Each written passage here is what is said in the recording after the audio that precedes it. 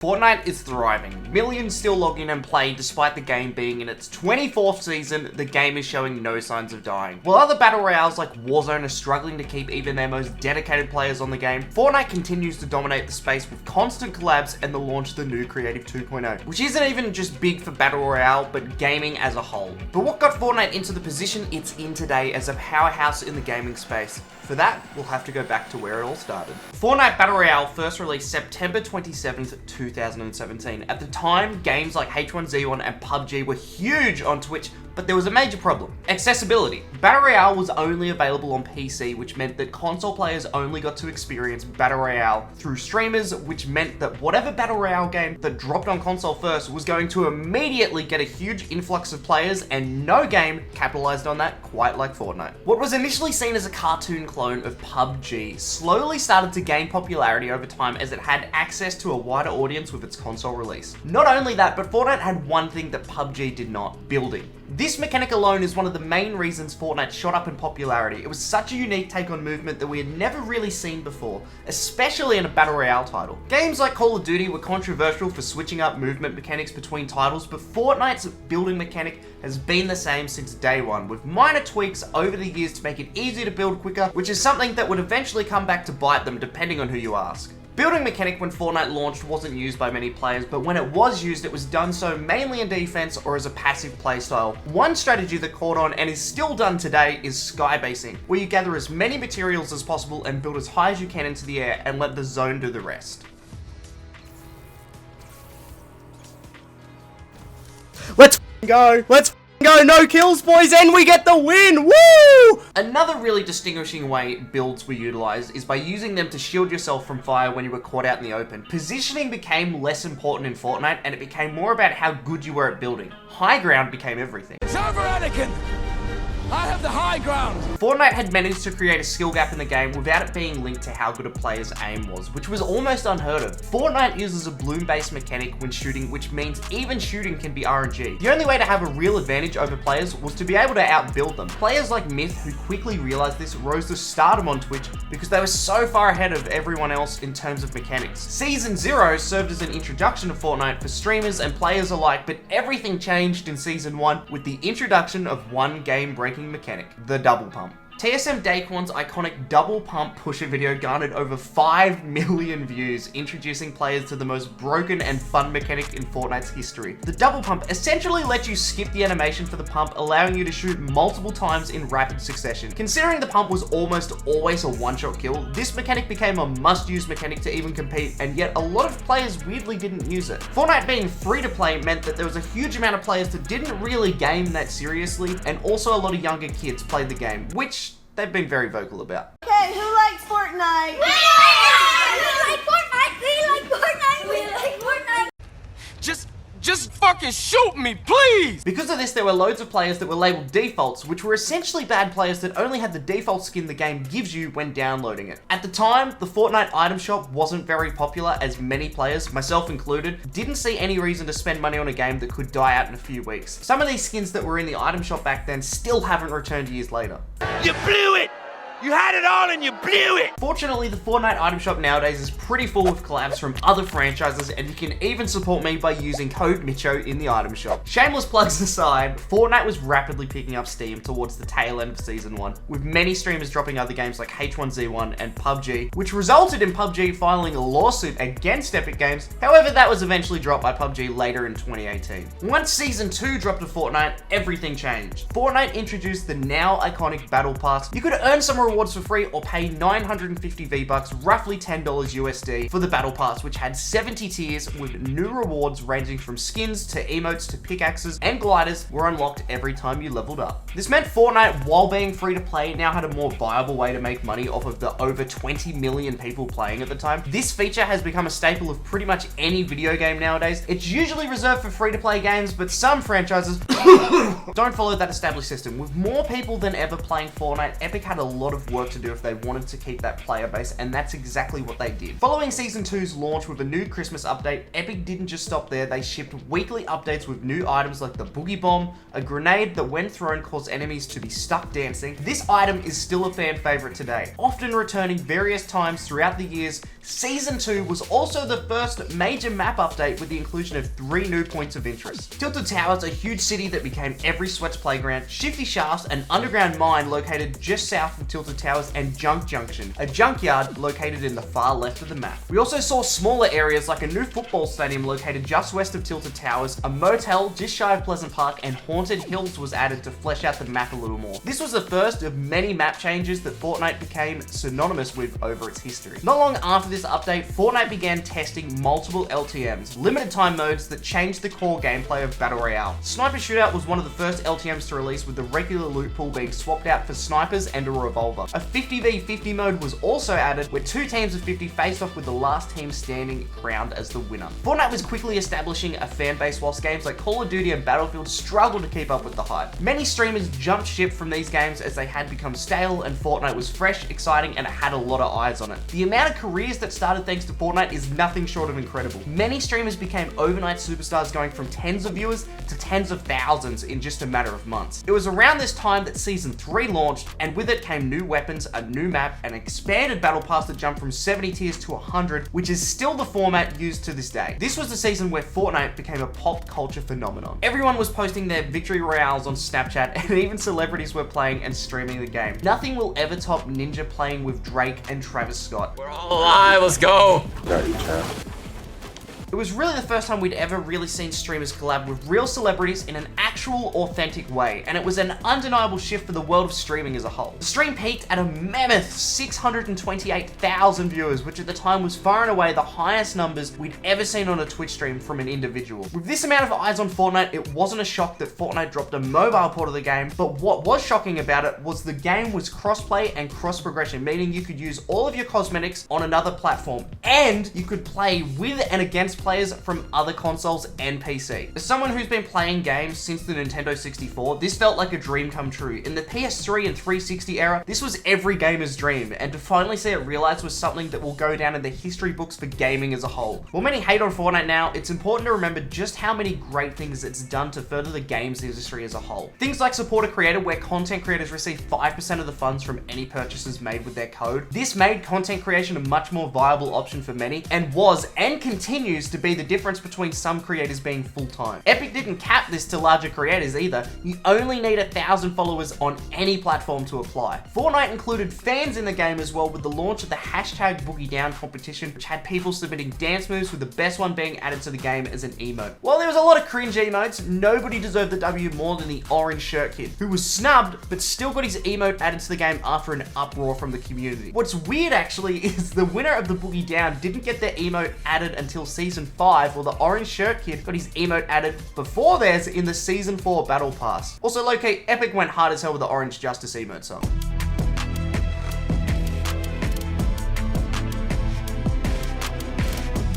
Following the hype that was Season 3 was Season 4, and this is where Fortnite really cemented itself in gaming history. The map was updated again, with the iconic Dusty Depot being destroyed and replaced with a giant crater.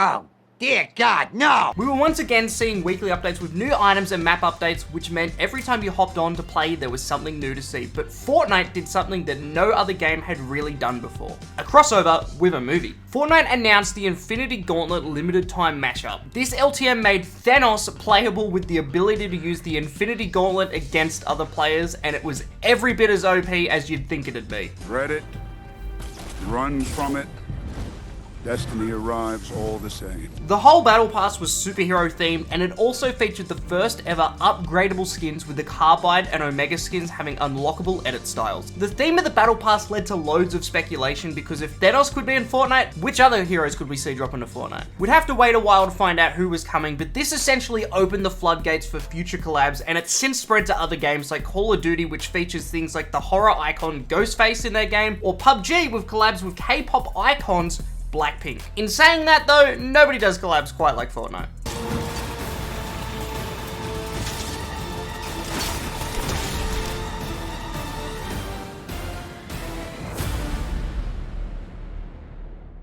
Look at this dude. Season 4 also was the start of the Fortnite story with its first ever in-game event, the Rocket Launch. This event was essentially a teaser for Season 5 and the new Rift abilities that Season 5 would feature. Season 5 was also the first time we were introduced to a new biome with the desert biome. Iconic locations like Anarchy Acres were replaced with lazy links, a golf course at the top of the map. Dusty Divot was also changed with the addition of trees and the removal of hop rocks, as well as a new Viking themed location in the lower left of the map. Vehicles like golf carts were also added, and we had more upgradable skins in the battle pass. This feature was introduced in Season 4, but it was really expanded upon this season with the Drift and Ragnarok skins, with Drift going on to become a fan favorite with remixed versions in future battle passes. Season 5 also introduced us to Kevin the Cube, a giant cube that spawned on the island and slowly made its way around the island before melting into Loot Lake and turning Loot Lake into a glorified jumping castle. It was around this time that Fortnite started blending into itself really well, with the Season 6 trailer being a direct follow-up to the Cube event with Loot Lake and the cube rising into the sky, becoming a new version of Loot Lake. This event caused new corrupted areas to appear around the map with shadow stones available to use that turn the player into a shadow monster. Season 6 also introduced pets, which were a new take on backblings, and we had Jonesy turning into a wolf as a part of the battle pass. Calamity was also the most controversial battle pass skin, as she had jiggle physics, which were very quickly patched out. Oh man, you're just ruining it.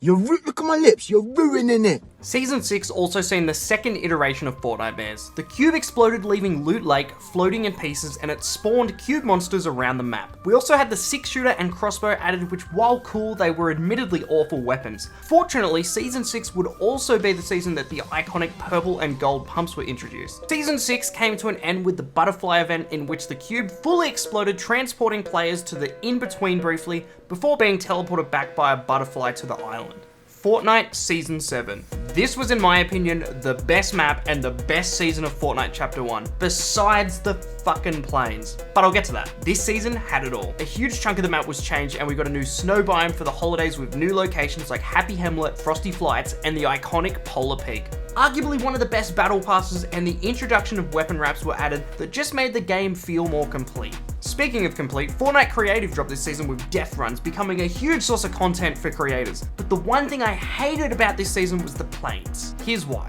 At the time, I was a somewhat relevant streamer, averaging about 500 viewers, and let me tell you, I still have nightmares about the stream snipers. They became impossible to get away from when they could just chase you across the map in a plane in a matter of seconds. In saying that though, this clip of Ninja destroying a stream sniper while he was streaming live from New York will never get old. He's on streamer mode. Holy Jesus. Holy Jesus. Is he still in retail? He just killed someone. He just killed someone. I see him! Go, you have the rip still. You have the rip still. I just... He died? Oh, I see you laser him! He's hurt, bro. He's hurt. He's hurt. He's hurt. I'm fighting freaking Ninja! It's at this point that I do want to point out that this kid's Twitch did get banned.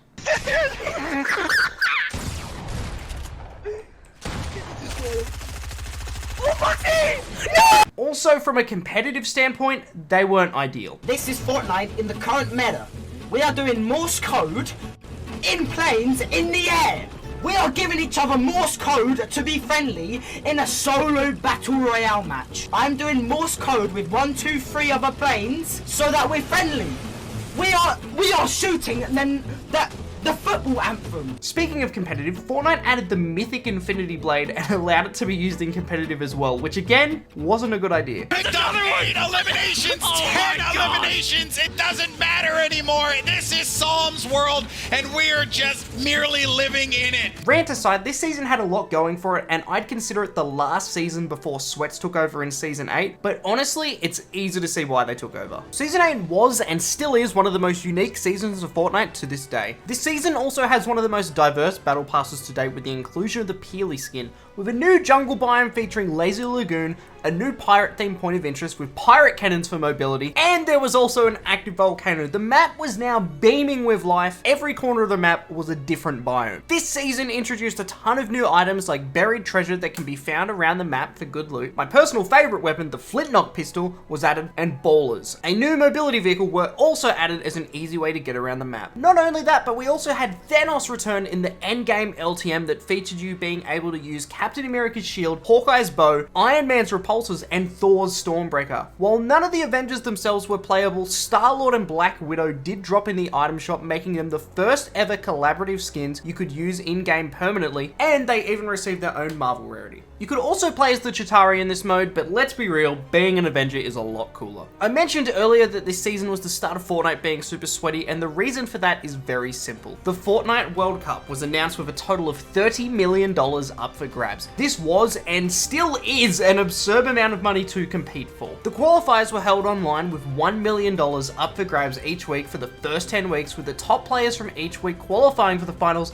and guaranteeing themselves a cool $50,000 regardless of where they place. Each week would rotate between solos and duos, with the winners competing later in Season 9 at a LAN event held in New York City. This was arguably one of the most exciting times to be a fan of Fortnite because anyone could become an overnight millionaire just by winning this tournament. Season 8 and 9 especially blended together because of the World Cup. Season 9 started 5 weeks into World Cup qualifications, meaning the meta was drastically changed with the inclusion of the new combat shotgun. Tilted Towers was revamped to Neo Tilted, with the whole map getting slipstreams, a new way to traverse the map quickly. Mega Mall was also introduced, and it even had Scoops Ahoy, the first ever collaborative area on the map. Portals started appearing in Mega Mall due to the next collaboration with Netflix's Stranger Things. John Wick was also added with his own LTM, Wick's Bounty. This season also featured Fort Bites, a set of collectibles that slowly pieced together a giant mural that referenced future seasons without players even knowing. This season is most known for the Fortnite World Cup, in which 100 of the world's best players competed for their share of $30 million. Boogie, a 16-year-old, ended up winning with a total of 59 points. This is arguably one of the craziest performances in competitive gaming as a whole, as Boogie almost doubled the points Second had, and he secured himself a cool $3 million. Season 9 came to a close with the final showdown event between the Devourer and the Mecha Team leader, but the 0 point was damaged in the process, causing the events of Season X, the final season of Chapter 1. Season X was arguably the most hated season of Chapter 1, and it's for one reason only: the mechs. The mechs were honestly the most broken item we've ever had in Fortnite, and there was literally no counter to them, which led to streamers being very vocal about wanting them gone. What are the odds? Oh, the mechs! Why the fuck are they a fucking thing, dude? Not only that, but they somehow made their way into competitive, which is a decision I'm still questioning to this day. Fortunately, it wasn't all bad, as Season X was a celebration of Chapter 1 with remixed version of iconic skins in the Battle Pass, OG locations like Dusty Divot returned, and we've seen weekly map changes with Rift Zones, a unique take on point of interest like Tilted Town, a western theme tilted where no building was allowed. Moisty returned as Moisty Palms, where you can turn into a prop to surprise players. Greasy Grove also became a Rift Zone with Taco Time, one of the dumbest things ever added, but it made for some funny moments. Alright, boys. What?